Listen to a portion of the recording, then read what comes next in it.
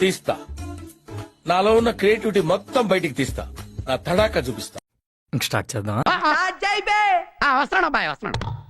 It's laughing time. ఏమయ్యా TV5 వచ్చిందా? ఈ డైలాగ్ ఎక్కడో ఎన్నట్టుంది. ఏడు సాక్షాత్ నేడు కంపట్లా. సతీష్ ఎక్కడుందమ్మా? Any question? మిగతాదంతా సేమ్ టు సేమ్. ఏం టీవీ నేను రాలే ఈరోజు. ఆంధ్రజ్యోతి వాడు ఎక్స్ దొంగ, నిమిషంలో దొరికిపోవడం వాడి స్పెషాలిటీ. సరే ఆ రెండు వస్తే చాలు ఇక. ఇవే తగ్గించుకుంటే మంచిది. నేనేం అనుకోవట్లా. ఆయన అడిగిన ప్రశ్న ఏంటి? ఒకే అంశం మీద కేసుల మీద కేసు ఒకదాంతో పోదు. నీలో నాకు నచ్చేది ఇదేరా, కొంచెం లేట్ అయినా నిజం నీ అంతట నువ్వే తెలుసుకో. ఒకసారి అరెస్ట్ చేస్తే దానిలో బెయిల్ తీసుకుంటారేమో, ఇంకో చోట ఒక కేసు సేమ్ అంశం మీద. రెండోది ఏమి లేదు, ఇదే అంశం మీద ఇంకో చోట కేసు. నిద్ర లేదు, సుఖం లేదు, దెబ్బ మీద దెబ్బ, దున్న మీద పుండుని కాకి పొడుస్తున్నట్టు పొడుస్తున్నారా. అదేమో ఎస్ఐ రిజిస్టర్ చేస్తారు. లోకేష్ గారు చెప్తారు, ఏమంటే పోలీసులు వెళ్ళి పట్టరండి. లేడండి ఆ జైల్లో అయితే ఇక్కడ పొడి చేయండి. పోసాని కోసం పోటీ పడుతున్న పోలీసులు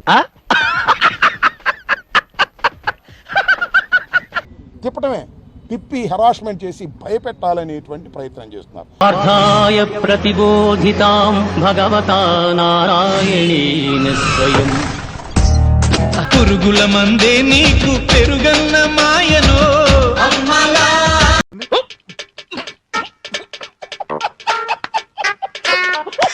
ఏంటి ఆశ్చర్యకరంగా ఉందా? మాకు కావాలి మాకు కావాలి మాకు కావాలి అని డిమాండ్. నేనంటే నీకు ఎందుకు అంత ఇష్టం? మొదటి నుంచి మీరంటే విపరీతమైన పాజిటివ్ వైబ్రేషన్స్ నాకు. ఈ రోజు దాకా ఆయన మీద ఏ కేసు లేదన్నారు, అరెస్ట్ చేసినారు, బెయిల్ పెట్టేసరికి 16 కేసులు రెడీ ఉన్నాయి.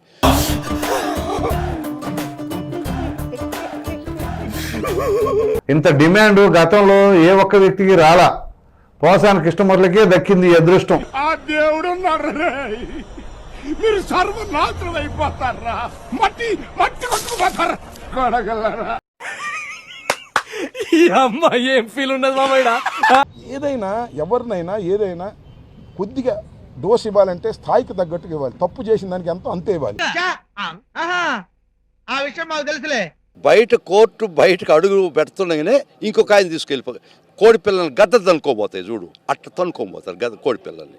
నమ్మించి గొంతుకులు కొయ్యాలా? సమ్మగా ఆడో రోజు మాటలతో ఎట్టా పొడిచినాడో అట్టాగే మనం ఇప్పుడు సల్లుగా తడిగుడ్డ కప్పి. ఇంత హెరాస్మెంట్ అండి. అంతర్జాతీయ ఉగ్రవాది ఏమన్నాను? అంతర్జాతీయ ఉగ్రవాదిని పట్టుకొచ్చినట్టుగా పట్టుకొస్తున్నారు పోలీసులు. గేట్లు వేశారు, మమ్మల్ని చూడటానికి కూడా వీల్లేదని. పెద్ద సమస్య వచ్చి పడిందే. సో ఆయన మళ్ళా ఏ కోర్టులో ఈయన ఎక్కడ ఉన్నాడో తెలుసుకొని ఆ కోర్టుకి మేము పరిగెత్తి ఆడ బెయిలేసి ఆయన బయటికి తీసుకొచ్చి ఇంకొక గద్ద అనుకోపోద్ది. అయ్యా పుల్లయ్యారా, తెలుగుదేశం పుల్లయ్యారా, ఒక కంప్లైంట్ పోసాని కృష్ణమూర్తి గారి మీద ఒక కంప్లైంట్ ఇచ్చేస్తారు.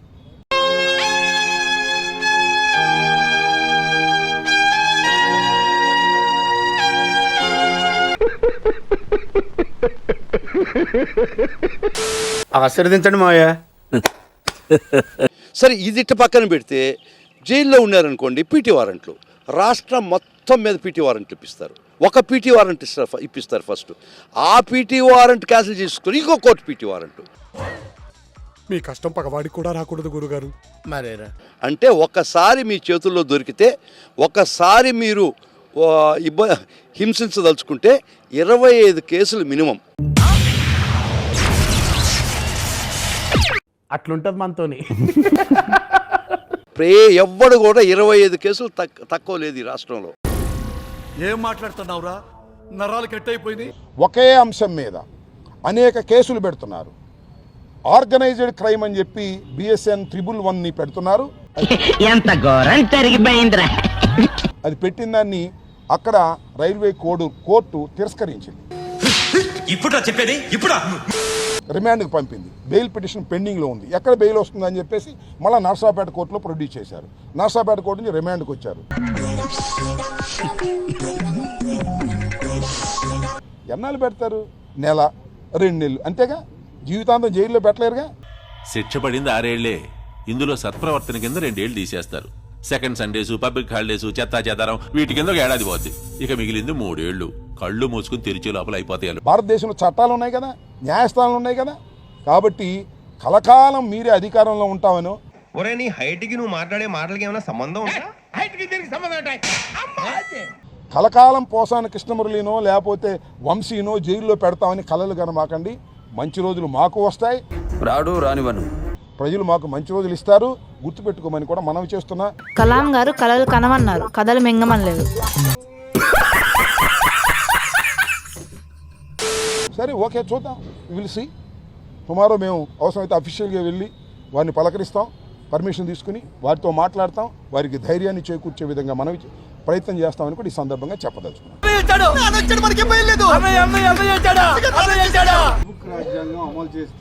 మరి మనం రోడ్డు మీద కూడా ఉండమంటున్నారు, విన్నాలే.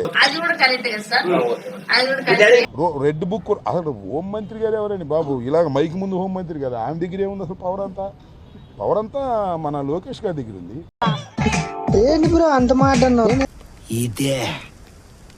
ఇది సార్ నా బ్రాండ్. ఆయన కదా అంతా చూసేది. హోంమంత్రి గారు ఊరికే puppet in hands of Lokesh గారు ఏం చెప్తే అది ఏదో మైక్ ముందు మాట్లాడుతాం. ఆయన గురించి పెద్ద సీరియస్గా పట్టించుకోమాకండి.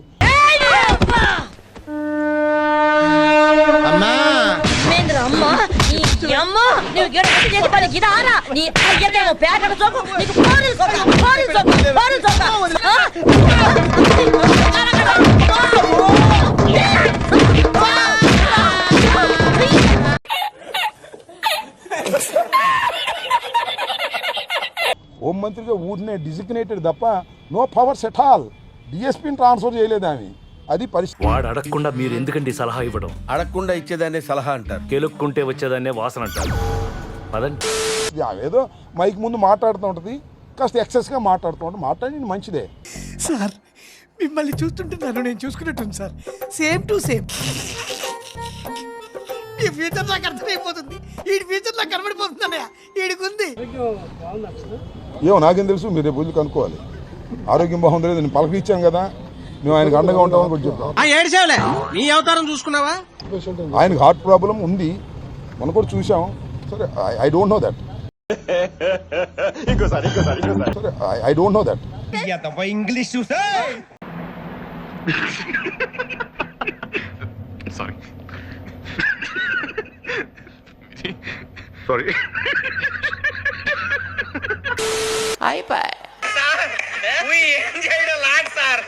ఈ కార్యక్రమం ఇంతటితో సమాప్తం. రేపు ఇదే అలవాసులపై మళ్ళీ కలుసుకుందాం. అంతవరకు సెలవా మరి. నా ఛానల్ పేరు గుర్తుందిగా? Please like, share and subscribe.